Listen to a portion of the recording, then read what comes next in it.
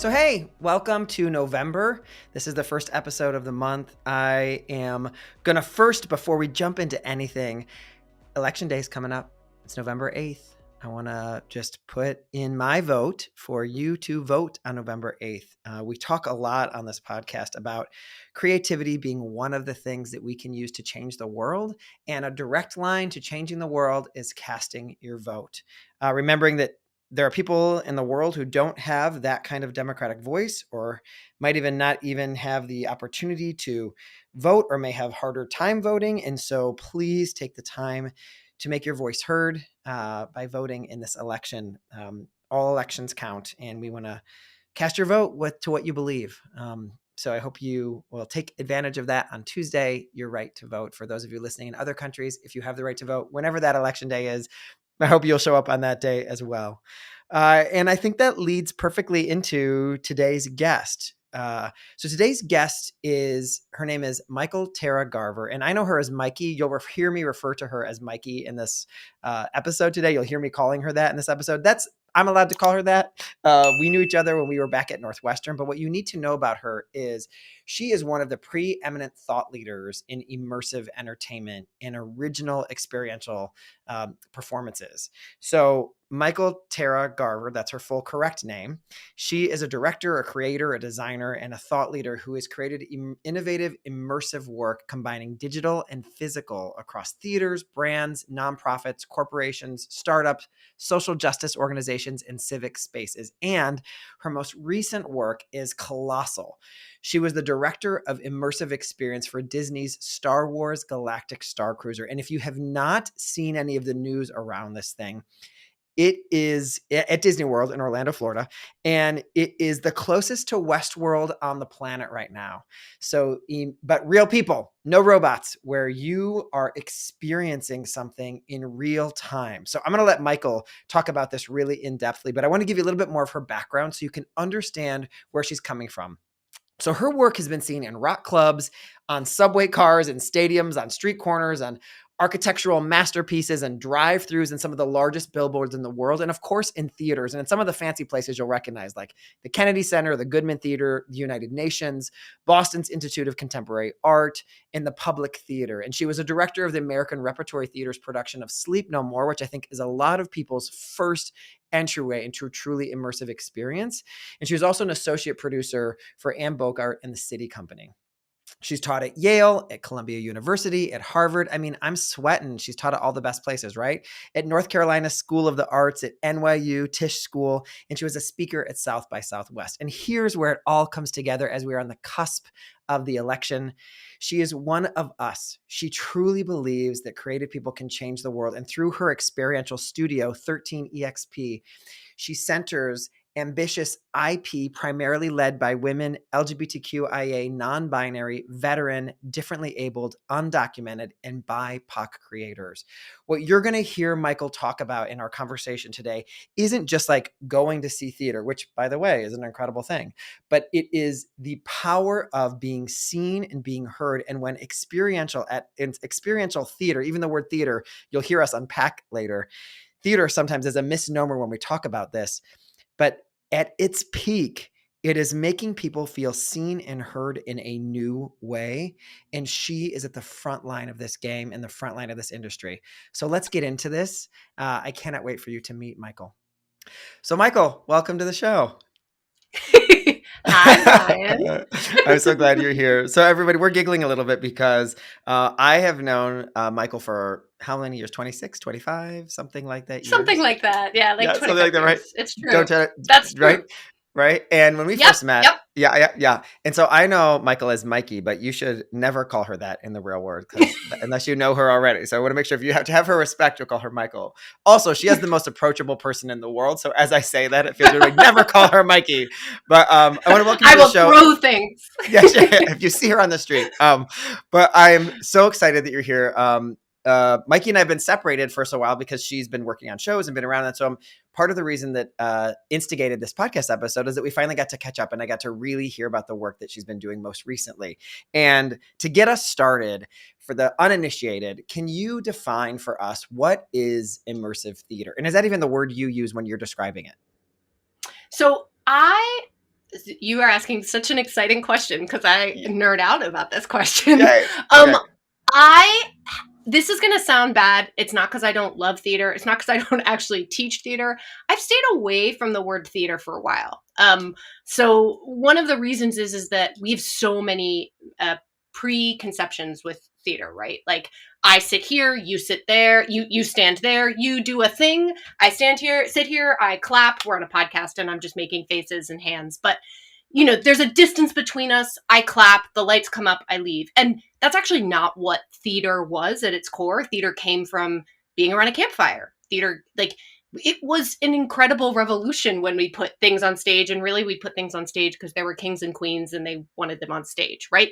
Theater used to be fundamentally immersive. That is what is radical about it. That's what's revolutionary about it. But as we've created better two-dimensional forms, right? Like television, I'm obsessed with television. I'm not a big movie person, I'll be honest, but like I think television is fascinating because it does the opposite of what immersive does, which is it's an incredible two-dimensional story for a duration of time. So you get close to the characters. So there's the same outcome, I think, or similar outcome. You get really close to these characters because you get to spend a long time with them, right? Meaning, when you're saying that, you're saying because, just so I'm clear, when you're saying you just spend a long time with them, you're not saying because it's an hour-long show and it's an hour. You're saying because there's a serialized experience watching a television show. So I will say, like when I watched Breaking Bad, this is going to sound weird. I remember when the show ended, I was like, but that's my family now. Breaking Bad is my family. Like, yeah. No, I fully will admit, while moving into my new home that I'm in, I just have Gilmore Girls on to just keep me company because they're my family. and I'm pretty sure sometimes I live in Stars Hollow. I also think podcasts have started to do that for me in a very different way, right? Like I'm interested in how podcasts connect to immersive, and I'll get back to immersive, but I actually think they're a part of that world. But wait, so I can stop for a second. So that little piece, so we can just pick this up, that little piece of magic around feeling like we are connected in that way to those characters is a little bit of where you're going with this. I want to make sure I underline that before you go forward. So where I'm going is every form, every media does something that it does really exceptionally well to allow us to feel the most human, right? Like that's why all of this is true. We as human beings need to get reflected back to us that we are human and that we have shared experiences, fundamentally, full stop, right? Yeah. Like maybe some people connect to that in visual art. Maybe some people connect to that through a piece of music. All of those things are true on a solitary way, but there are certain collective experiences that we try to have together in art, right? And so I believe watching television now is a collective experience in that you said Breaking Bad. I knew what you meant. We have our bodies move, like, right? Do I think it's the same thing as theater? No. What I'm saying is it is one thing that does that really well. It would be really hard for me to be like, hey, Brian, there's going to be this live production. You're going to come back to it at 7 p.m. every week, and you're going to show up for an hour every week. You're going to do that. But what I would say we did at Starcruiser, which we'll get to, is we kind of had binge immersive. Like you stay there for 2 days and 2 nights. And so there's this deeper immersion that gets to happen. So going back, right? Point being, I think we're trying to just get human again. Like that's the thing. Full stop. My craft, as I think about it, is immersive storytelling. And that has meant, and there are incredible people doing immersive who are digital immersive kind of installation artists, right? Or like what the Van Gogh. What's a digital installation immersive? I have no idea what that even means. Yeah, there's a lot of words. Okay, so like there's this Van Gogh thing touring around, right? Right. Like I've been. Now they're going to make the Frida thing, right? Yes. Like I fully say, and I get phone calls because I've been doing immersive for so long, like, hey, would you might like to make this experience that has digital? And I'm like, I've done it, right? But here are the best people to do it, right? Like our craft is vast. And also I believe those tools can be used in the work that I do, but that is not the product. So like there may be a room you walk into in something that I want to create that uses the tools of immersive digital projection, but it's the verb, not the noun. from Right. So what my I'm hearing you work. say, so I went to the Van Gogh thing. And for those of you who haven't been yet, it is very like you walk into a room, there's projections all around you, the projections on the floor. It's Mhm, honestly, there is something out of body and in body about it. totally. It isn't storytelling. I don't feel No, like that. I it's felt not. like yeah, which is what you think Yeah, you're kind of getting to. yeah, and I think there's some really interesting work though happening around it with community building, where there's a gentleman in North Carolina, and I'm blank. I'm gonna remember. I think it's in. I'm gonna remember the name of the theater. But I've been meeting with these like massive performing arts centers recently because they're like, how do we do immersive? You know, and for 20 years they were like, that crazy thing you do, Michael. I know you came up in theater, but like, what are you doing over there? Yeah. And this is a main center in North Carolina. And during COVID, which was when everyone started calling me to be like, how do we pivot? Um, he programmed Van Gogh, but did it so beautifully where he connected with community makers. And so the funding for the Van Gogh immersive experience, which was created to have social distancing, also they could do this in North Carolina, they could do this in Los Angeles. This is the kind of work I've done before. He then commissioned a ton of artists in the North Carolina area to create their interpretation of Van Gogh. And so when you Mm. walked through and when you went outside, there were these kind of interpretations of the thing. Mm-hmm. To me, that's the next step, right? That's like, that's still not storytelling, but that's Right. community building in an immersive way. It's Right. saying Because you're we're engaging the all, community in this piece, essentially. yeah, Right. yep. Right. And it does the word that I use when I talk about my thing, which is it does. So this word, so one of my good friends, Jeffrey Jackson Scott, who you need to meet, and I can't believe you haven't, and he lives here and comes from theater and is just brilliant. He years ago would get hired to do like community engagement at theaters, right? Like that's my weird noise, my weird voice around Mm-hmm. theaters being in theater, Yeah. theatres, right?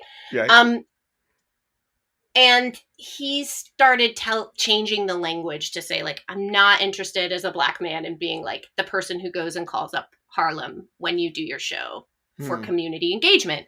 I'm interested in community involvement.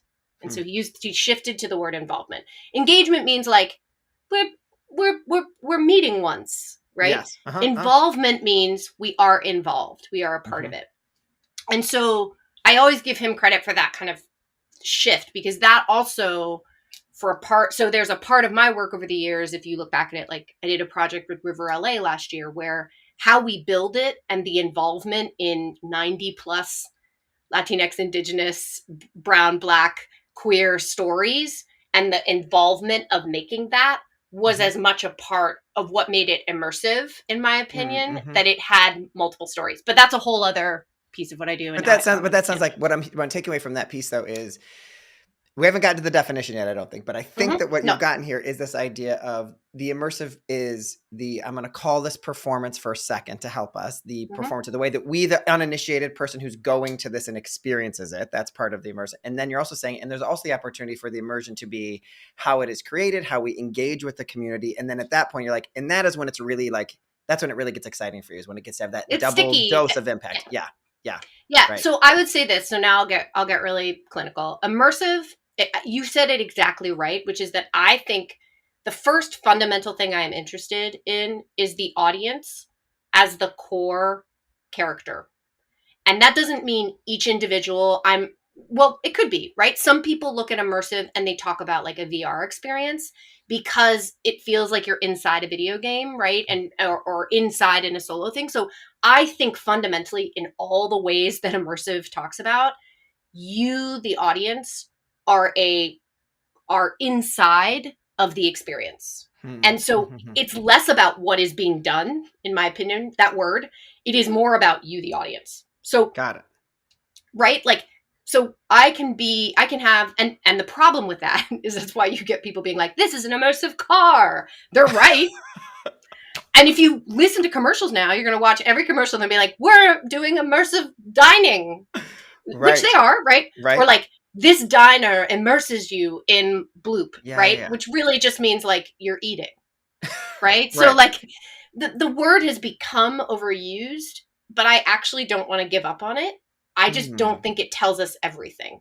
It tells us where you sit, right? So as opposed to theater, Mm-hmm. you sit like where again, I go back to the core of theater was immersive. We've lost that. We've in Western culture, we fully identify it with like, there's a stage, I sit here. Right. And in fact, when you say immersive theater, the reason I don't say it is people are like, please no, they're going to make me do that's something. What we all think. What we think immersive theater is some actor is going to be very presentational and come up to me and force me to engage with them in some way that makes me feel uncomfortable. Or maybe you're somebody who's totally game and you're like willing to go into it, but usually not. Usually feel like I'm being engaged in something which I don't feel safe in, and suddenly everyone's going to be watching me. And so what you're saying is immersive, not theater, immersive. I'm just going to use that word for now. Let's talk about immersive. Let's start with immersive. Immersive at its best is centering the experience of what we might call the audience member.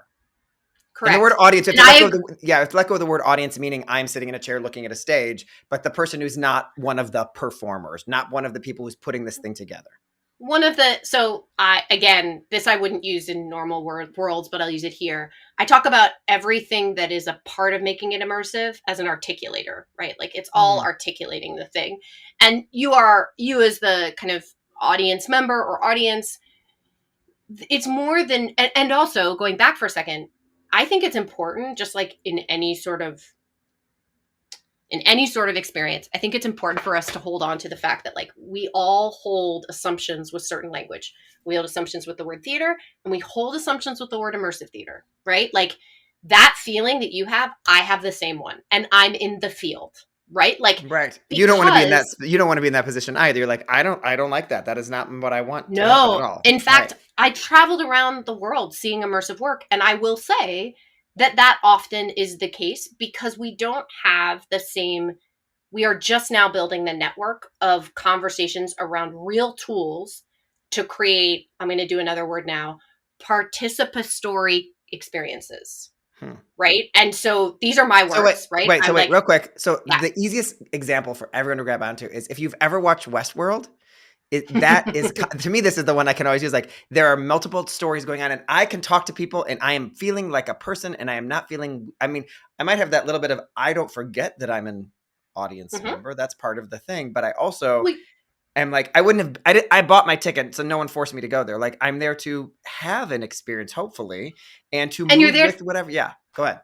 And you're there to have, so this is the thing I always say, participation somehow, a large amount of immersive, I won't even say this, a large amount of people think that participation has to look like, here I am, here I am, here I am, like I'm here. And like really, but we all as human beings participate in a multitude of ways. We are neurodivergent. We are human. We sometimes need more time. We sometimes need to listen for a while. We sometimes really, like by listening, we find ourselves changed and then we can talk to someone. Talking and communicating can just be a smile across a room. And what I believe is a lot of immersive theater and immersive cars and immersive music concerts and all the things that use the word immersive, the reason I think that involvement for me is a key part of the training is that it's built for one type of participation. And so that means we are building it for one person with one way that they want to participate. And it is, again, kind of doing the same thing as there's something on a stage and there's someone sitting here. It's saying, this is how we relate to each other. So this is something like, I would just say, people will ask me all the time, like, is there a book? What is the stuff? Where did you learn this? This is me being obsessed with this for 20 plus years, like, you know, and crafting this language and making this language and having, and starting now in the last 5 to 7 years, like our field is understanding how to expand and also how to talk about safety. Like, I also think that way has created unsafe situations, like real unsafe situations. The way, like I'm doing this, come engage with me. That kind of way is created unsafe. Right. There's not consent. Yeah, right. Totally. There's not consent, like fundamentally, like, and I think of it the opposite way. We as a field have the opportunity to model consent.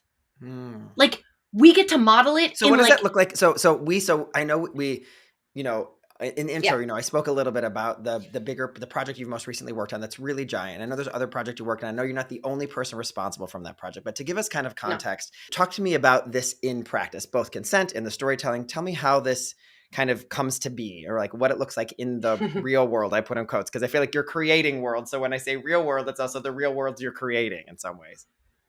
And I should say too, right? Like what we did on Starcruiser, like what what happens each time I do a project is brand new. That's Mm-hmm. the craziest part because what, like we just said, right? So participation, different types of participation, that means each kind of immersive experience, how you design it relates to people differently. The context relates differently. So I've created an experience over like 15 years ago called Fornicated from the Beatles. And it takes place through texting, and then it leads people to rock concerts, live rock concerts, and it happens through the set of an actual band. We could put in a new band every day during their sound check. It was extraordinary, right? Characters in the middle of a song set would like pop up. People said it was like they were living inside, and it was like living inside a concept album.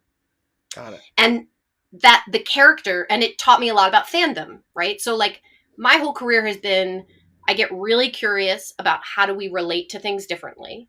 I got really curious about why fans of music were in their phones. This is in like 2007. It was before we were figuring out, it was really before we were saying we would go to live music, we would do this, and no one had started playing with like, it's a light, you turn it on. It was just like, if you felt nervous, this is what you did. And it and our And just so generation, at everyone's least, clear, every time Mikey says this is what you did, she's looking at her pretend phone in her hand. So I want to make sure you're getting the point of like, so you all know this right, experience. podcast. You're at a rock concert where you like are looking at your phone because you don't like the song, you feel uncomfortable. There's too many people around you. You pick up you look at it. Yeah. So this is where you started to get a little curious, obviously. I just got curious because I would say my generation, our generation, was struggling with this the most because we didn't have email really in college. We came out into the world as adults. So I was really fascinated about genuinely our generation and how we were starting to navigate both these like kind of like idolized live experiences. Like I grew up like going to a live music concert meant that like that's why Fornicated from the Beatles, this idea that like our parents' generation like fell in bed because of this ecstasy around a live concert, right? Like, yeah, maybe that's just my story, and I don't actually think that's true about my parents. But like, but there was this sense that like we would go to, my parents would take us to Peter, Paul, and Mary concerts when we were kids, right? Like this sense that liveness and music, there is to me no more magic than music, right? So in a live space, and that feeling is what, when we go back to what is the feeling we're all looking for, what is the magic, it's that moment where you're in a crowd at a rock concert and there's a beat and you don't even think about it, but you are moving with this like a crowd of people all at the same time, but you are also having a very specific personal connection to the band and the music. mm-hmm. That thing of like, I am small amidst something large, I am myself amidst a collective, to me, I've seen it exist. And what was happening was the phone face was keeping people from doing it, right? They weren't engaging. And I don't think it's because they didn't like the song. I think it was because they didn't know yet how to engage in the phone. Again, 2007, right? Feels like a million years ago. So it is.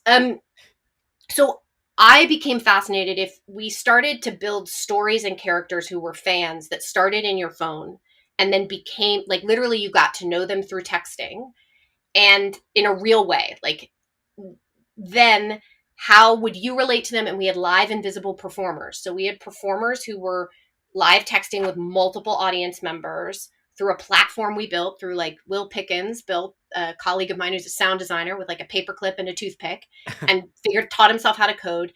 And so you as an audience member for 2 weeks leading up to this concert, you're texting with a character, and it starts again in that participation of we read. If you're someone who's texting every day, we might text back to you every day, but it depends on the character you're texting with. You're texting with Greg, who's like, now he'd be like 48, kind of hasn't really taken on using texting. He like, there's no grammar involved. Maybe by now he'd have grammar, but in 2007, now he'd be like, I only want full sentences. In 2007, he'd like forget to text for 3 days, right? Like, I was building something, you know what I mean? And Greg would not necessarily participate, and that's why you felt closer to Greg, is because he participated with you in the way you did. Layla, who was the club promoter, even though she's our age, was like, hey, so great to chat with you, blah, blah, blah, blah, blah, and chatting back. So even there, right, the way we text is is a part of how we are human now. And so I was interested in, and I don't know if this feels like completely off track, but like for me, experiential immersive is in each format, how do we explode what it is to be human and all the different levels of participation. So you text with this character only invisibly. You would see them on Facebook, and you would see like they were living digitally, and then you showed up at this live show and they would meet you there, but they'd never met you in person in real life. So they could honestly come up to you and be like, Brian, wait, oh my gosh, how is your dog? How is Henry? Right. Like, oh my gosh, we've been texting about that. Like, is the training working? Right? Or whatever it is. Because we had these backstage tools that were tracking all the things so that they were ready to meet you authentically, but also the actor, imagine all the things they're balancing. That live physical actor has not actually been texting with you, right? That live physical actor has had to get a download on all their friends that are coming, and they have a thing in their phone that lets them prep for that. So again, the acting skills in this work are bananas, right? Because what you're talking about, so what we're talking about, just to kind of relate to this, is machine person thing is texting, feeling it's real person texting them. There are real people, but yes. But like one person's a texter person who texts 25 people or something, but they're in this character, right? They're texting as this character, but then the actual live body character is a different person. So what we think about, if you use Westworld, for example, they're just uploading stuff into these robots. In real life, the performer is learning it. And what I also hear you saying, Mikey, at its best, the performer, I want to use that word lightly, is knowing it or has it in their body enough to not be annoying and be a real person when they meet you at this concert. And then also to be like, wait, Brian, something, Harry. And you're like, no, my dog's name is Henry. And I'm like, oh my gosh, it's a crazy, this concert, like, so sorry, right? Like real mistakes happen in real life, right? And just, I find with performers that I'm training in this work, the biggest thing is like, the most important thing is relating. Make a mistake. Don't get it right. Make a mistake. Yes, don't get it right. Make it. Yeah, so good. Make a mistake, right? And then going back to what we're modeling, what I'm modeling for you as a human being is I just modeled for you a transition from a digital relationship to a real physical relationship. Right. I just modeled it for you. I just showed you that I can be wrong in it. I can show you that it can be awkward and uncomfortable. And so at that point in time, what I was getting excited about is we're literally modeling for people how to transition from these different kinds of relationships, right? Mm-hmm. Then the lights went down and the band starts to play. And between the songs of the set, these characters you had gotten to know who are all fans, literally it would be like downbeat of song, and they would be lit by flashlights and they'd be mic'd around. So it would be like if you were at a club and suddenly a conversation that was happening between two people whispering to each other just got magnified.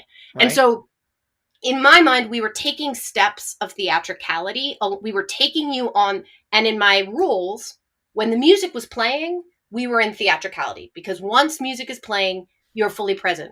And I will tell you what happened. This was like the game changer for me. All these bands, I had to convince them to do this. And I used to be in a band in college, like many moons ago, with Paul DiLorenzo. And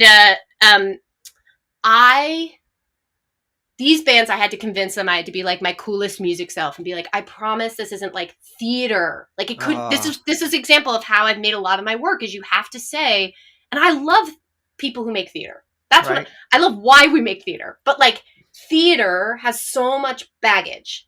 Mm-hmm. And so I would say, and it has baggage around who's allowed in, who's not in, all that kind of stuff, right? So I would say, it's not theater, I promise. And I would just have to convince them. They literally would come to us and be like, we have never had an audience listen to us more. Never. we've never felt like an audience was with us so much. And people would put away their phones during the music component because we then integrated things that they'd had in those conversations into live events that happened during the show. So then we were Got it. integrating that in, right? So they felt heard. They felt that their phone had been acknowledged. They felt like all their ways of humaning and participating had been acknowledged. So they let go. And so, like, by the end, the entire room is dancing together. I'm not kidding. Even crazy. the snottiest of snobs of music snobs. And I'm telling you, like, because we play tested this in New York and in Boston, and I was like, I want music snobs. I want music snobs, because I love music snobs. But I want, like, the guy who stands in the back and is like, no way. No way. Yeah. And like, just this freedom. Because what we've done is created a space where all of the parts of your uncomfortableness were dealt with.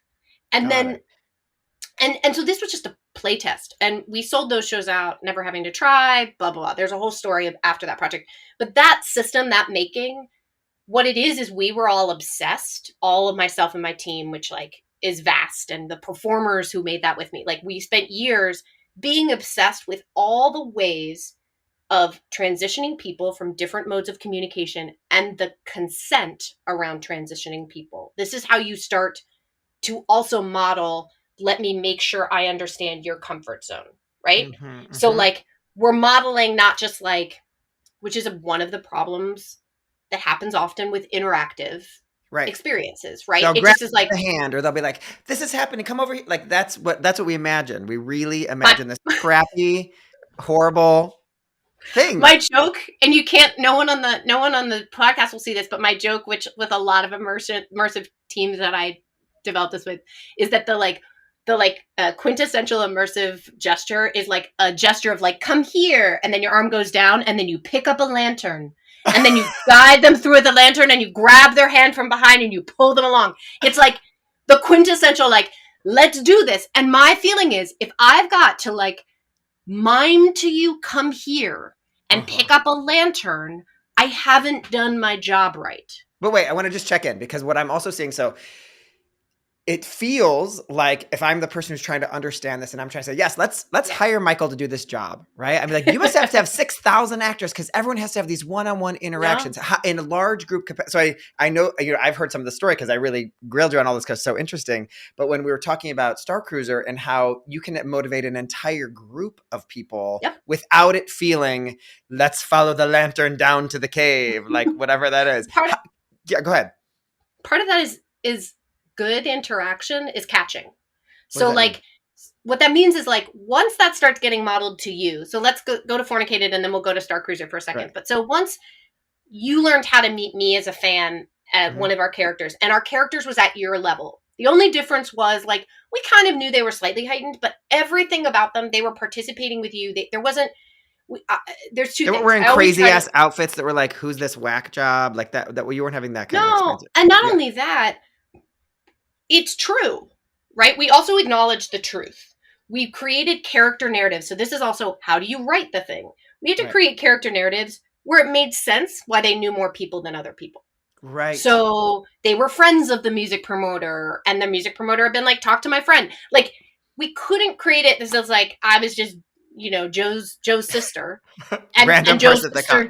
Right. Random person. Like the connective tissue of why they might know more people, and also how many guests we related them to, had to feel true. So wait, I want to just pause for a second, because I think that what we think about immersive is we think it's like, just make people interact. And what we're actually hearing, I think whenever we hear is we have to have the story writing, or the script, I put in quote, writing for each of these people, so that is happening at the same time, because the concert is happening at the same time, or the Starcruisers, or whatever it is happening all at the same time.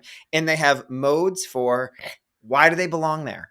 Why does it make sense that they're there? Why does it make so what I hear you taking out of is like, look at my crazy costume and my lantern, and I'm going to go down. Like, I don't have to do that because the story surrounding me is there. And I also want to take the dramaturgical piece of this, which is each of these people has a story. Each of these people has I put in the quote script, because probably some of that is improvised, but there's certain things they have to say at certain points probably, but also that they there's a timeline, there's a plot, and so that we can't look at a book and be like, and then the person says this, and then the person says that. We're looking at multiple tracks at the time of an evening or something like that, which I know is part of your methodology. Yeah. Right.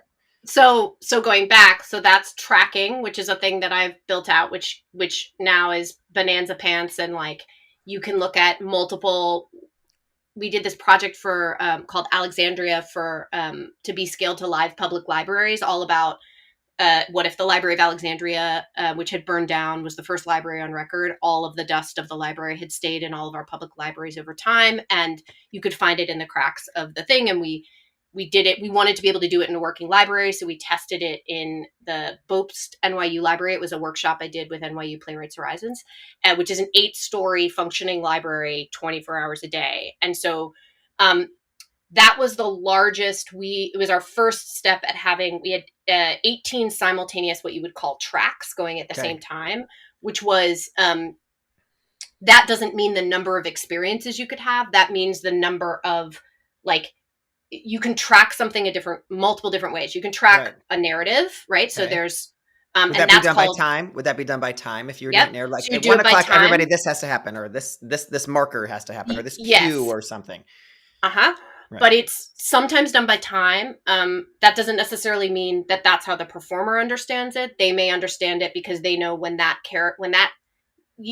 how you design it is like, when that person turns that corner, I've got to go, even if it's 1 minute later or 1 minute, right? Just like stage, right? Like you cue, sometimes a cue is like, go on the light. Sometimes a cue is go on the human. Sometimes a cue is like, push you on stage, right? Like so it's time. The music played, go. No matter what, go. Like no matter what happens, right?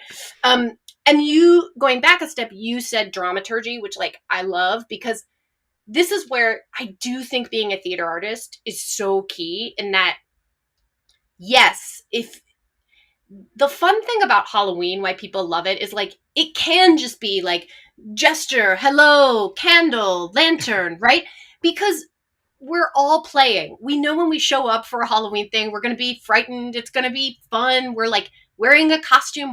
We're all playing, right? There's really good Halloween immersive experiences that don't do that, but there's really good Halloween experiences that do that. Like I don't want to say that the like gesture and lantern is bad. Right. It's just.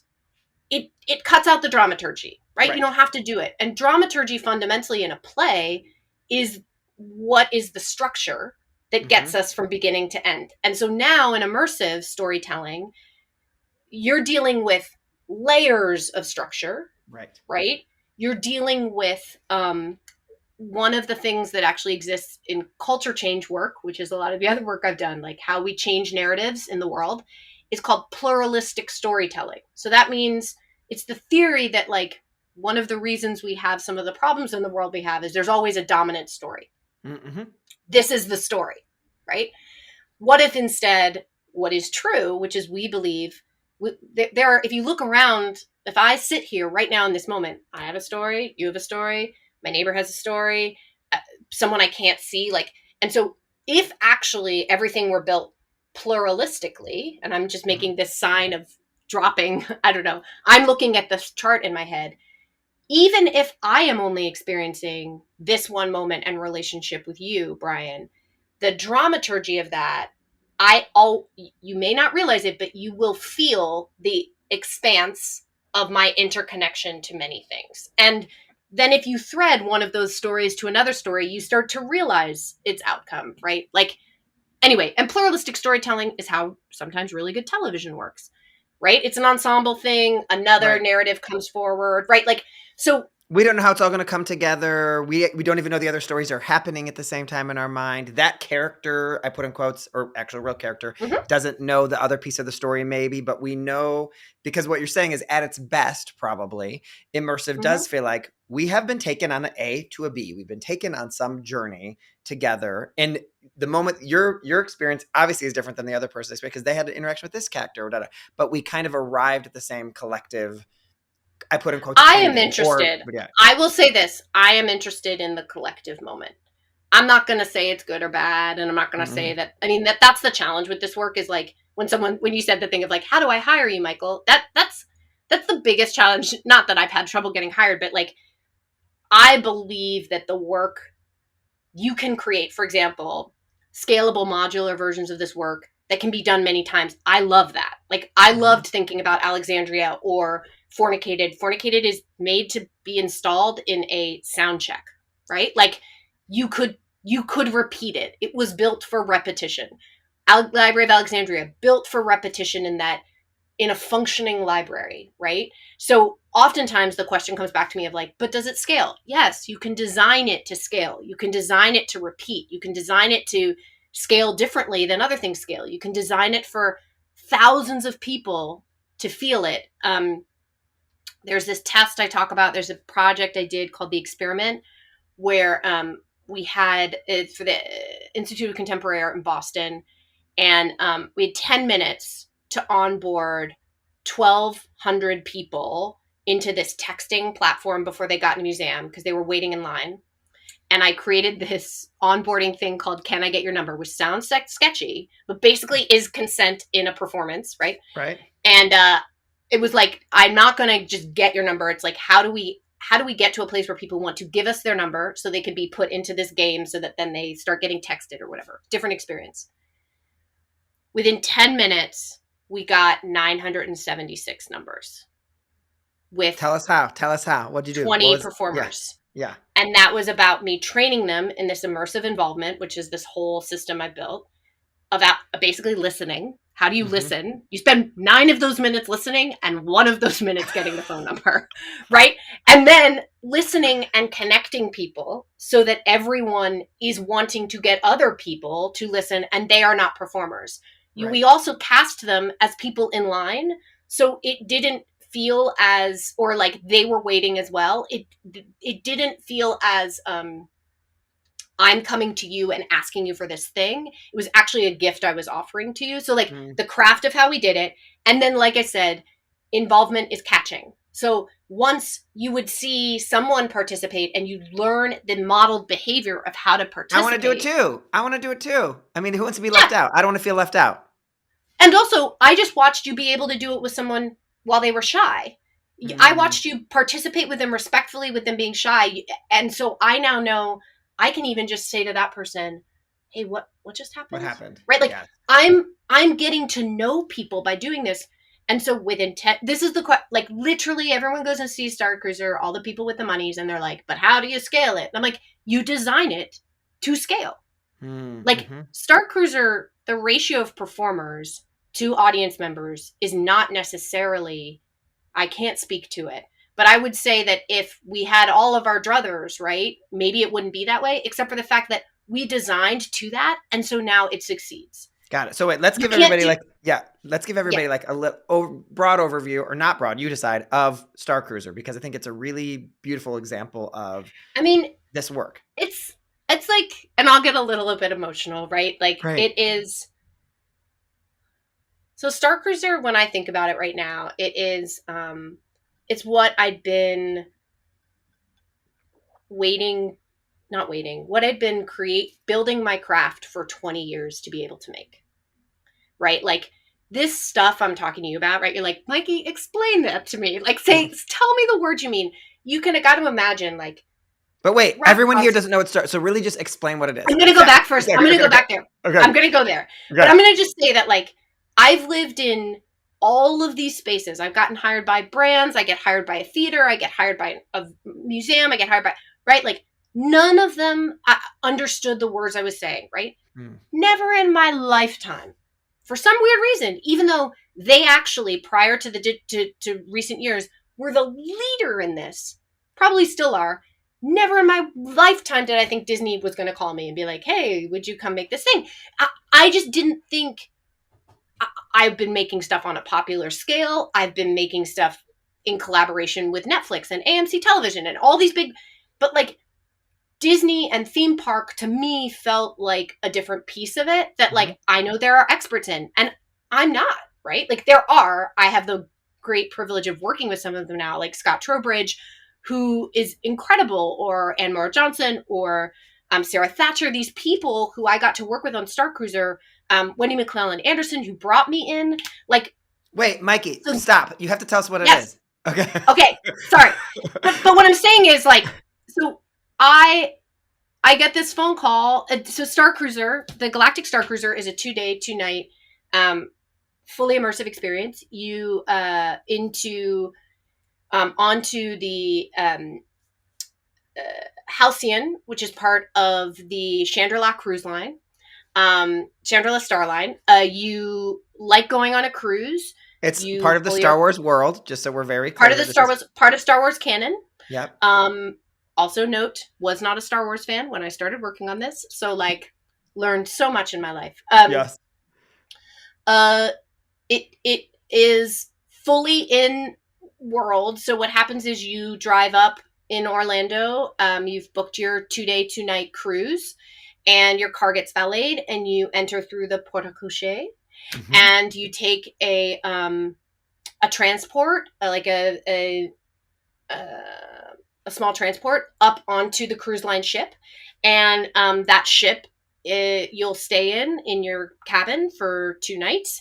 And we are going to take a cruise through the galaxy. Now, it happens to be a dangerous time in the galaxy, so we're taking some extra precautions. But the Chandrila Starlines is a high-end cruise line. The Obviously, Halcyon, obviously, yes, that's what we like. Yes. high end, Yes. and modeled after not necessarily the scale of a Disney cruise. It's modeled, and I think there are some smaller Disney cruises that are like this, but modeled after, like, there are these kind of 350 or so people Sure. cruises that have more bespoke kind of service and experience. Not that like big ones do too, but this is just, that's what it's modeled after, right? And Right. So I just want to um, just check this because it's so cool. So I just want to make sure that I check this. And you, just so you know, Michael is navigating a very clear line of what she's allowed to share and what she's not right now. So I just want to make sure if we sound a little stilted in our language, that is why, because we also can't give away this experience. And I mean, she hasn't no, told me things that there's tons of things she hasn't been able to tell me, of course. But as soon as I heard about this, I was, of course, looking at it. But like, if you can imagine checking into, I'm going to put this in quotes, into a hotel, because it's not a hotel, but you're checking in and you staying there for 2 nights, and you are in an experience. Like it is happening.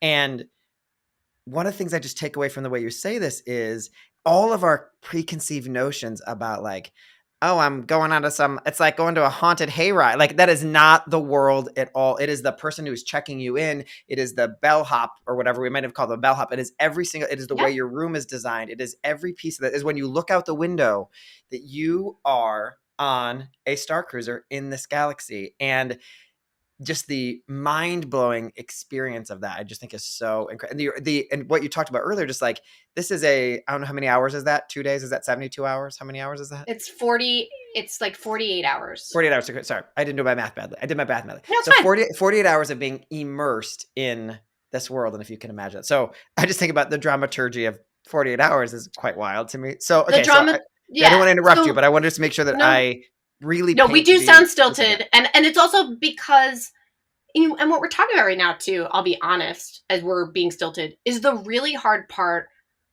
that all of this work has, from Fornicated to Star Cruiser, about explaining what it is.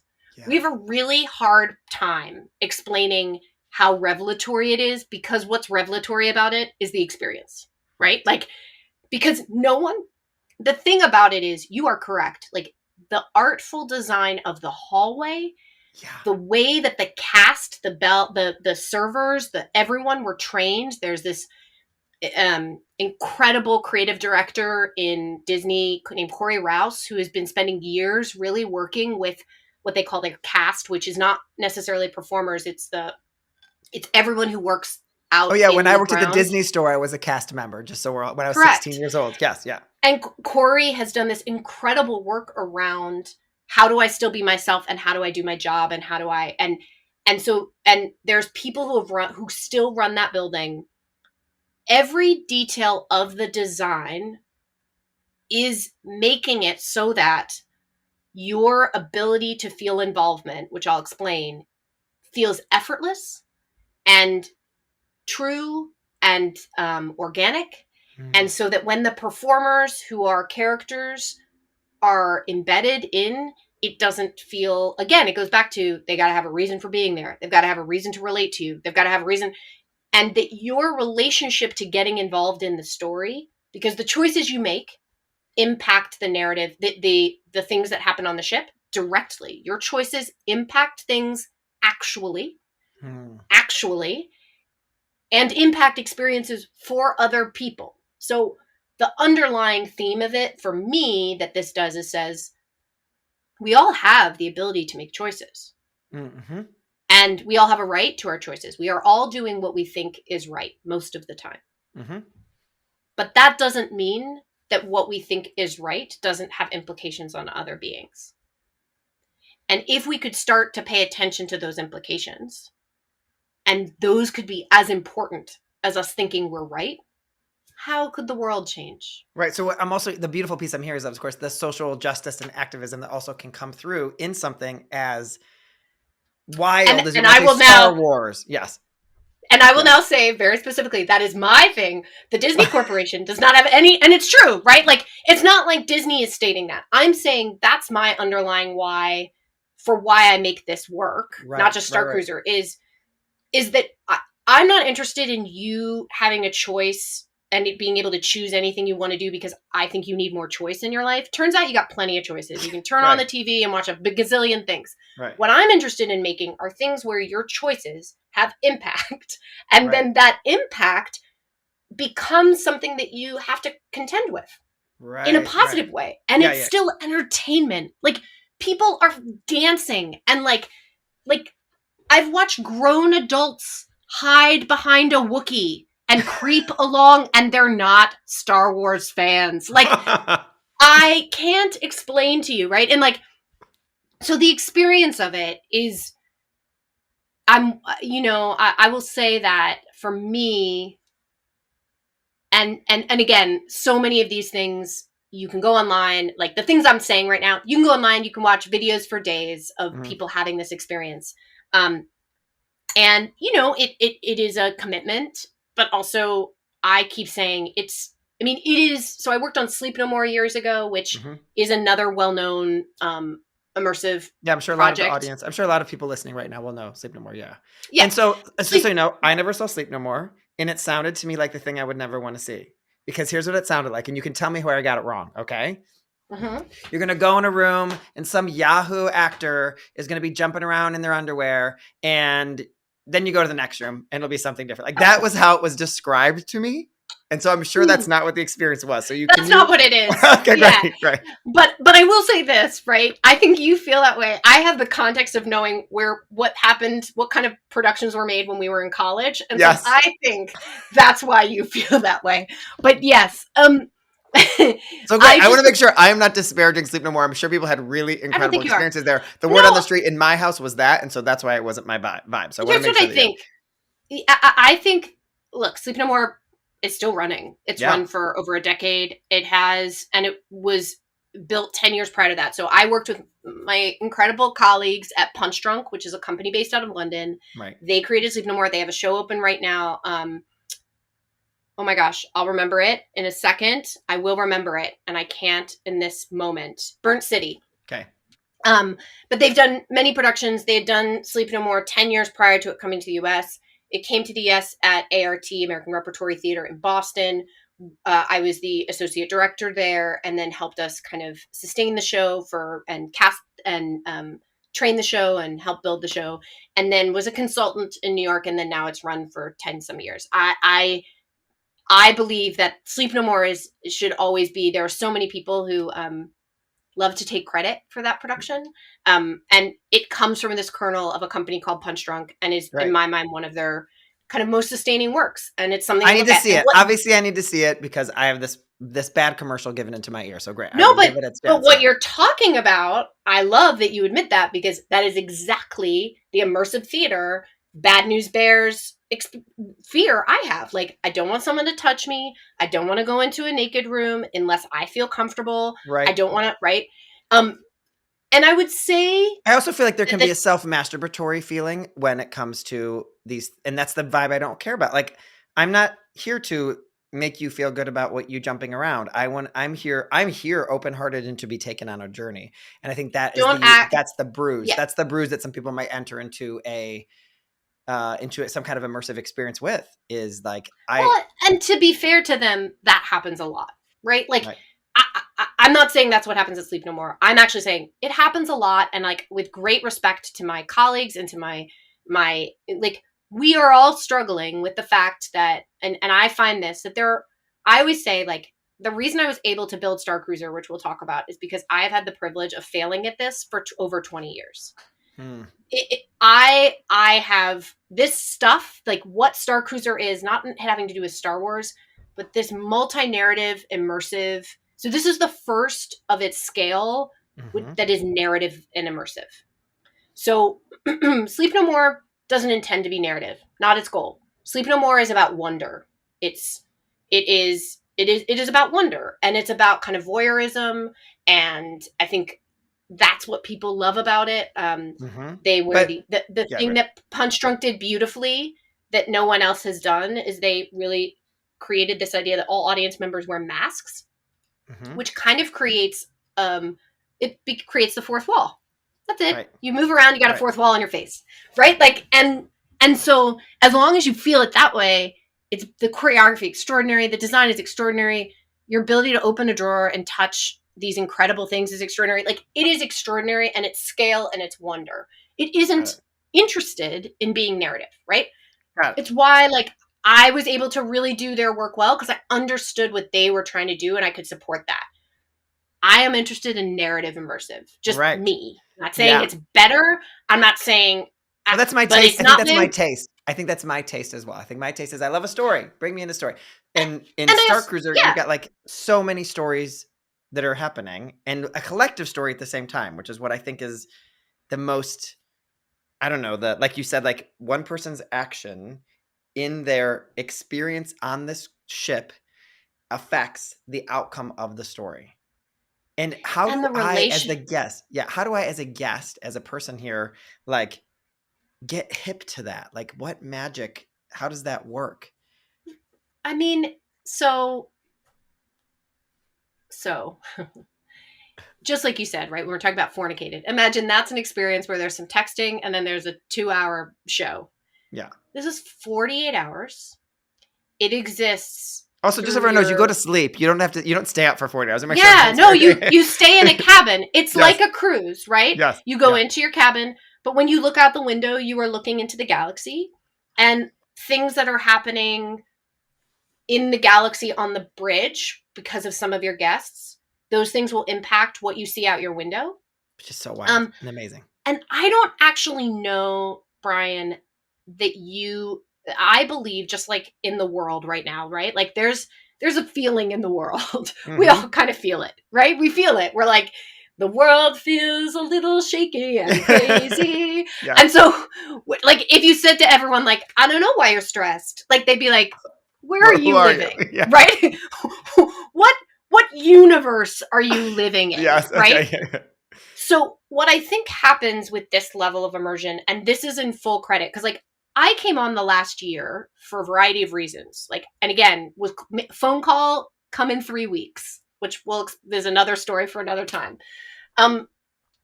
My colleagues who had been building this for 6 years, like the detail and the thinking and the dramaturgy and the interconnectedness, it's just extraordinary. And like, when I arrived, like, and I'd known about it, right? I remember I spoke at the Immersive Design Summit 2 years prior on a stage just before this was announced. And like recently we like actually looked at the program and realized realized that, right? Like people you would have met, who you worked with now were there. Yes.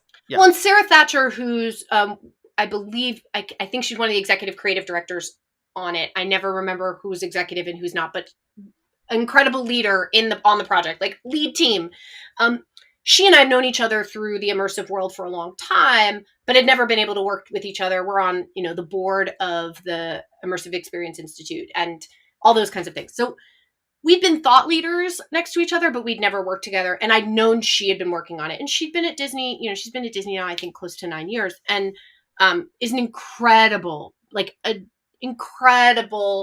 designer around thinking of the way technology integrates and user technology integrates, and did this project for Disney called The Optimist, which is a deep cut. And like I say, go find out about The Optimist because it's so cool. And she did that with Scott Trowbridge, who I work with now. And it shows you how Disney has really been in a lot of ways experimenting with this kind of work for a long time, but the scale of Disney makes that kind of intimacy challenging, because how do you Mm-hmm. scale it? Mm-hmm. And therefore, but yet Disney has the greatest opportunity to do it because they already have access to so many people, right? Right. So like, the thing in our field that I will say is a really tricky reason why you get a lot of like, I'm going to immerse at you, is because we have a huge gap between the people who are in their basements trying this for the first time and a Mm-hmm. place to then train and get more there's no place to train and get more excellent at the craft Mm-hmm. to then go do it at this level. So wait, There is no pause. So place. when you're saying specifically about train at the craft, I want to be clear because I think this is what I've gleaned from this.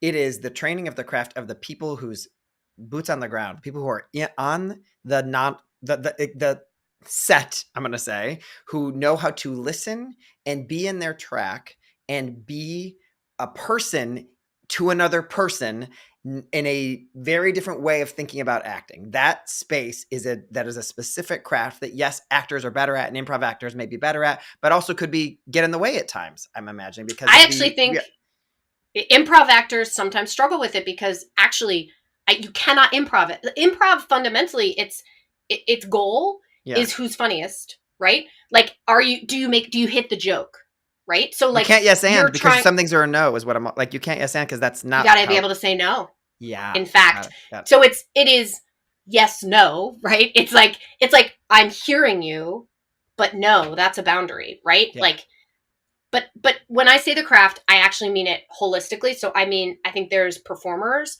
but there's also the designers, there's the writers, there's the creators of this work, the thinking about how we develop this work, the massive navigation and negotiation between like performers in this work are working with designers and as equals. Right. Like, and designer, like it's the hierarchy of most organizations and most ways of making art do not function in the same way. There still has to be a like leadership and a compass and a like, but there are more, look, the curve of the wall is going to impact this as much as the sound of the music in that moment, as much as where the actor stands, as much as what they say, as much as what messages just came through your phone, which is called a data pad on the Starcruiser.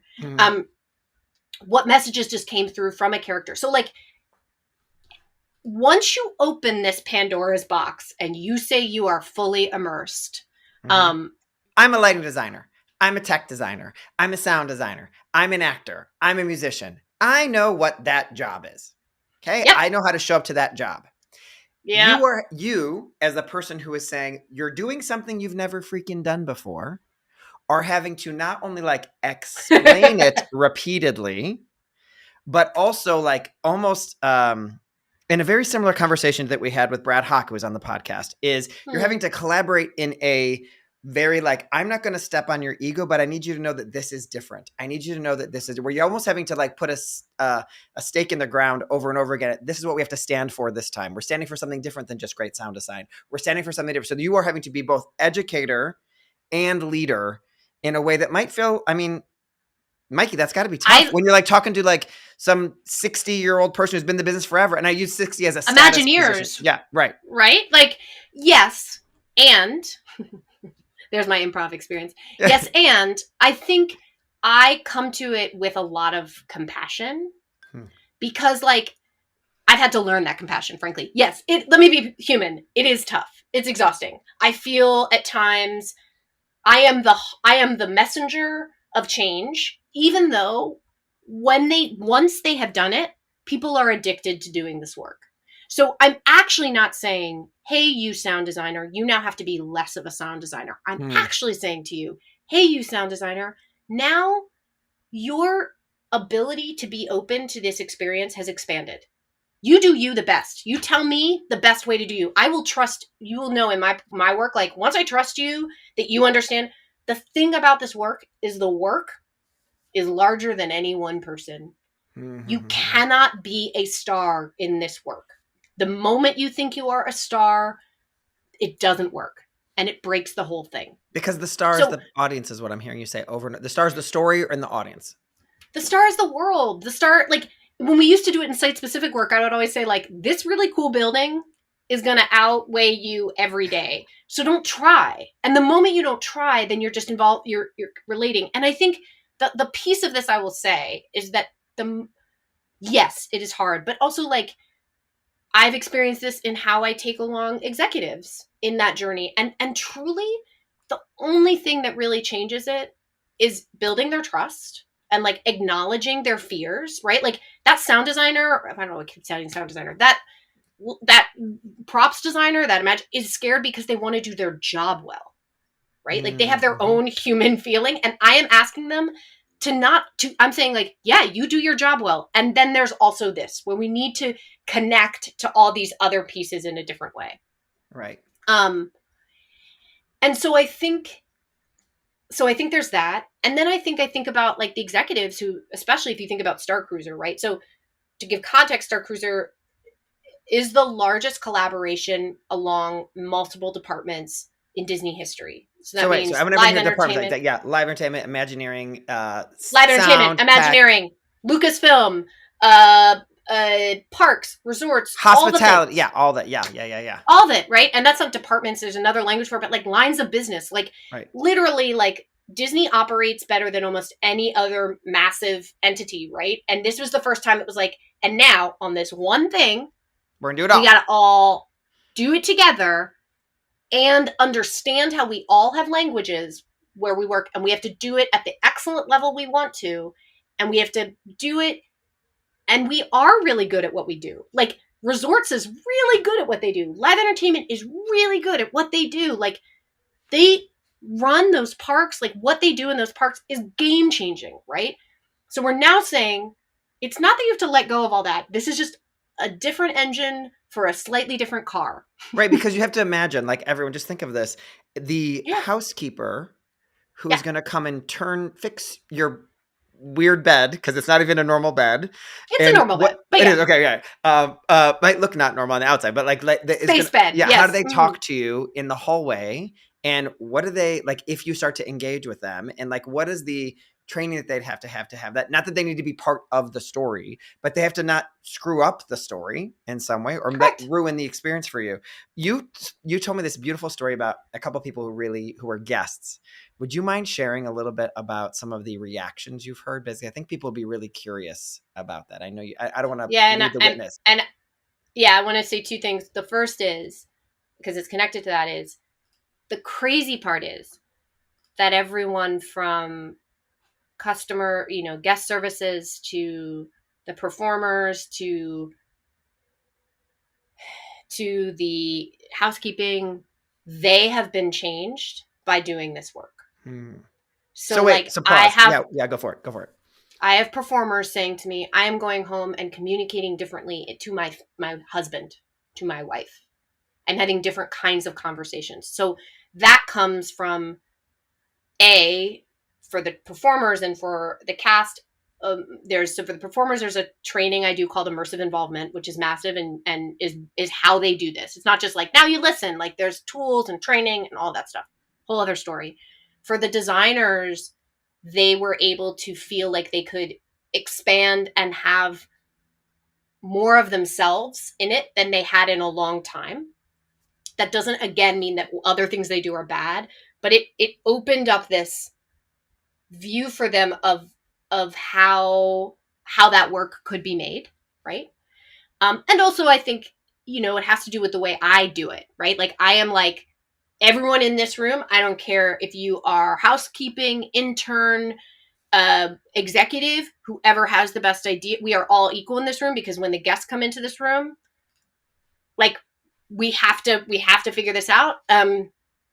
And we're not all equal. And also we're not all equal. Like we have to acknowledge our status.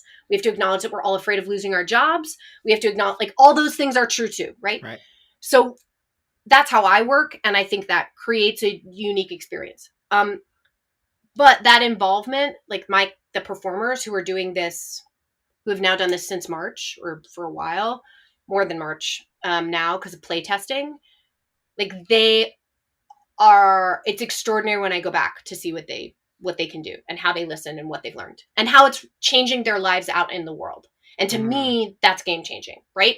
And part of what I'm hearing I you say, think, just so I want to make sure that this is what because this is we talk about this a lot on this podcast, is theater, TV, film, painting, photography. We talk about all kinds of writing, all this creativity. If you can imagine seeing in real time your presence, work, affect a human being, this is the space where you get to see it. Because no matter, even if on the stage you get to see people laugh or hear them laugh or see them smile, it is very different than being across from a person and seeing them. not only that, be there. What do you say?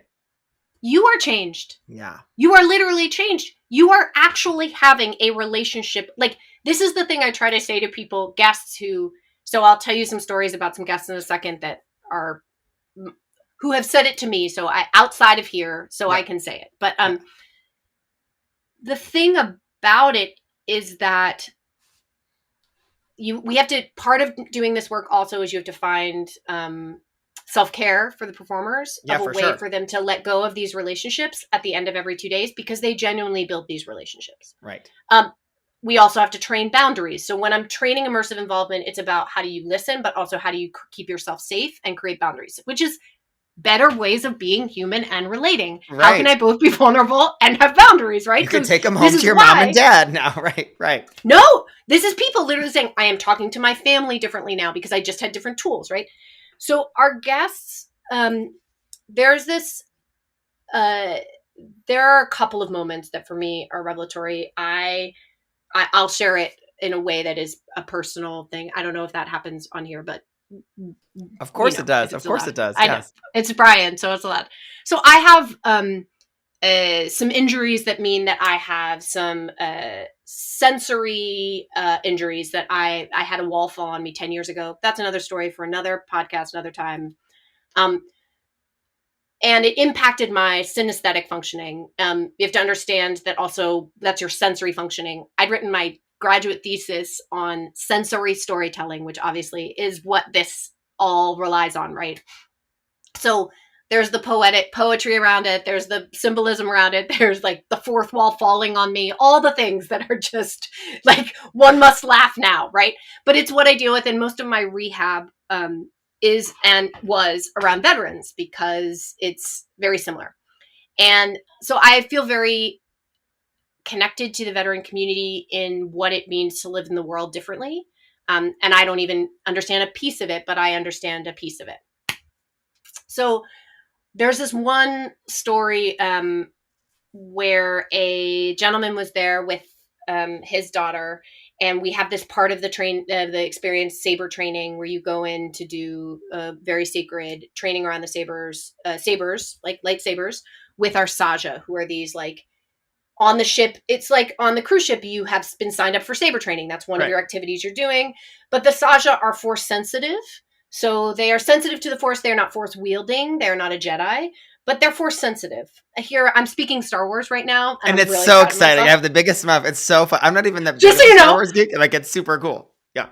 Just so you know, like, I right now am feeling like I want to call up my Star Wars friends in Florida and be like, look at what I just did. I was so easy with my Star Wars talking. I have a t-shirt somewhere around here that says like bleep bloop Star Wars that they made for me because I showed up not knowing Star Wars and be like, the bleep bloops.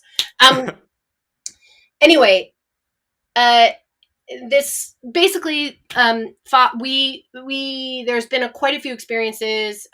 This was one of them where older father-daughter, go in and go to saber training, and the Saja are incredible. And it's a training, but also things happen during the training that are kind of revelatory. And wait, just so everyone's clear, everyone who's a guest has a lightsaber in their hand during this time, which is so cool. Okay, just carry on.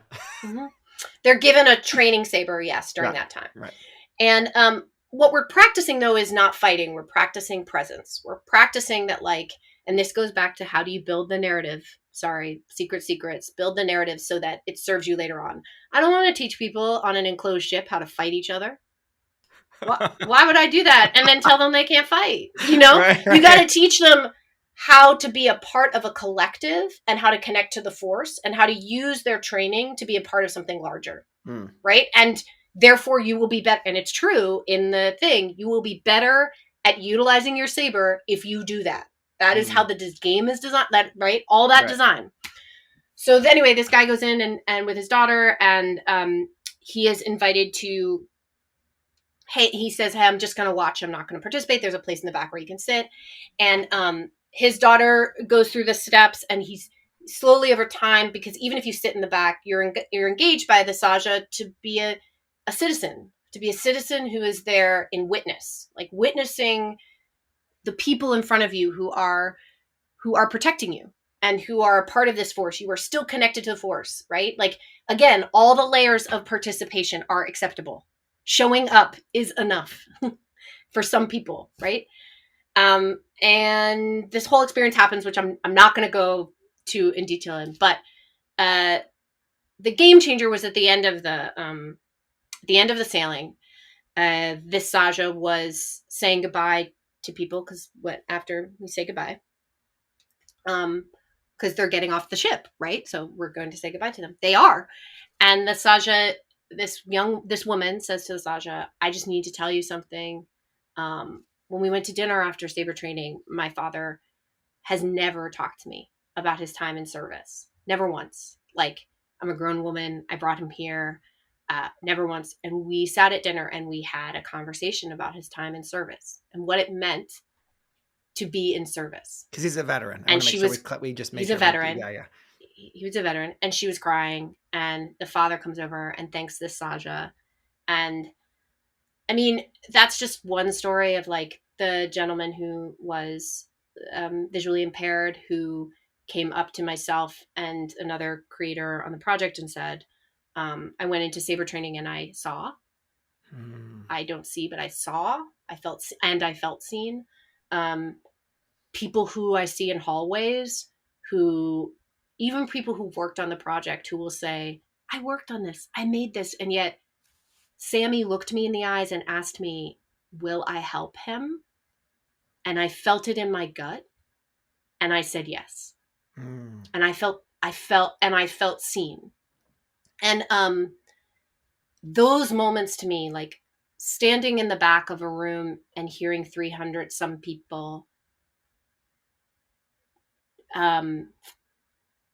cheer for different points of view and then laugh and support each other. So like this idea that like we all know what we're doing. We think we're doing the right thing, but like, what if it's also that we have to be able to see other people who think that they're doing the right thing too, and that those things disagree, and that we still need to figure out how to be together. Just seeing those moments, people relating to each other differently. It's the reason it's what I was built to make.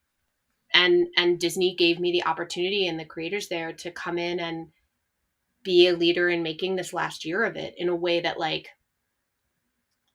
it is the hardest thing I've ever worked on, because once you get to that scale, like the detail, and you're working in a place where the pressure is high, as it is always, but also like you're doing something new in a place that does what it does really well. And everyone is afraid of failing for good reason. Like, not because they're not going to take risks, but because like they have jobs and they're afraid. And we spend a lot of money. We spend a lot of money. We're not in a basement. Right. We're not in a basement. People watch Disney. We're going to see if you fail this, the whole world's going to know. And the world was ready. Like, I had no idea, right? Like, I wasn't paying attention. All the blogs and the Disney. The Star Wars fans must have been losing it. Everyone was ready for it to fail. Literally, articles were written about this is going to be horrible. And then there is a quote from this guy who is like, I don't even know who he is, but he's made like his career in the last decade of like tearing down Disney. He's a Disney critic. When he came, everyone was like, oh God. He wrote, we can never go back again. Wow. This is the game changer. I don't want to give that guy that much power, but also, wow. I don't, but also like when that happened, I'll be honest, what he was talking about, here's the thing. This is the thing that has come out of everything. And this is probably a good place to kind of bring us to, which is no one is leaving going, the good news is the The designers on this did such an excellent job at designing the building, at designing the game, at designing the whatever, that no one leaves being like, that game was awesome. The game is just awesome. The design is just awesome, and it lifts them, and it does exactly what it's supposed to do. And what ends up happening is people leave and they go, I am changed. I was changed by these relationships. Literally, people who work at Disney who don't really know what's happening are going down there for a test. They come back and they're like, I feel an emotional relationship to those characters, to my family, to my colleagues that I went with. I feel a different relationship to people. And so what this also proved was that the human interaction and us setting ourselves up for the best type of layers of participation and involvement, that's the game changer. Right. Right. And it doesn't always have to be Starcruiser, right? Like that's the thing I keep saying is like, that is a huge investment, and that's not what is going to be everyone's ability, but the craft is possible at whatever scale you're at. That doesn't mean everyone, I can give it to you in a podcast, but like there is a craft. Right. And there's very few of us who have gotten the opportunity to really explore that craft. And now all I want to do is like spread it out into the world. Yes. And have more people know how to do it. Right.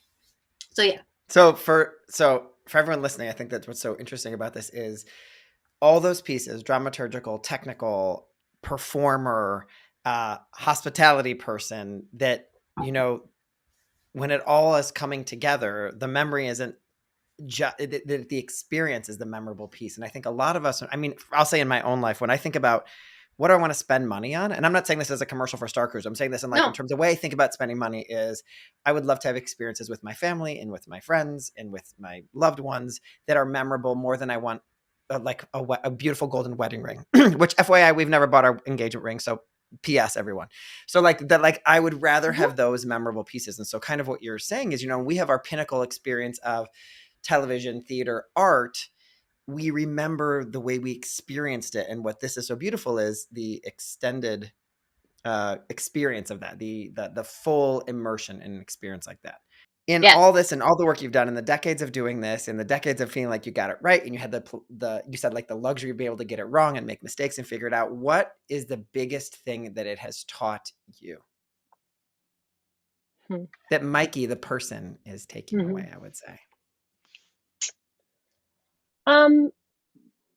The biggest thing it has taught me is, you know, I spend my life figuring out how to create these ways that people can feel connected and feel human. And so Mikey, the person, Michael, the person, you know, it's taught me how much the scale to which I will do this to keep myself from being human and connected, right?